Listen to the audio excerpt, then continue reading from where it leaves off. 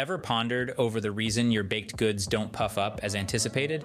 It's a common question, and today we're going to unravel the mystery.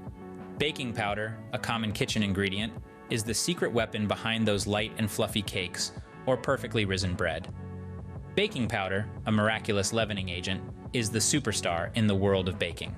It is responsible for the rise in your cakes, muffins, and bread, giving them that soft and spongy texture everyone loves. Essentially, it puffs up your baked goods, making them light and delicately crumbly. So, how does baking powder work its magic? When mixed into a batter or dough and exposed to moisture and heat, baking powder triggers a chemical reaction. This reaction produces carbon dioxide gas. The gas gets trapped within the mixture, resulting in the expansion or rise of the dough. Now onto the question of how to use it. To yield the best results, the general rule of thumb is to use 1 to 2 teaspoons of baking powder per cup of flour. However, this can vary depending on the recipe. Always remember, too much baking powder can leave a bitter taste, while too little won't give enough lift. It's also important to remember that baking powder has a shelf life. Over time, it loses its potency. So, if those cakes and muffins aren't rising as they should, it might be time to replace that old can of baking powder.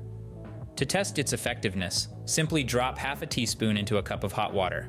If it bubbles vigorously, it's still good to use. If not, it's time for a new can.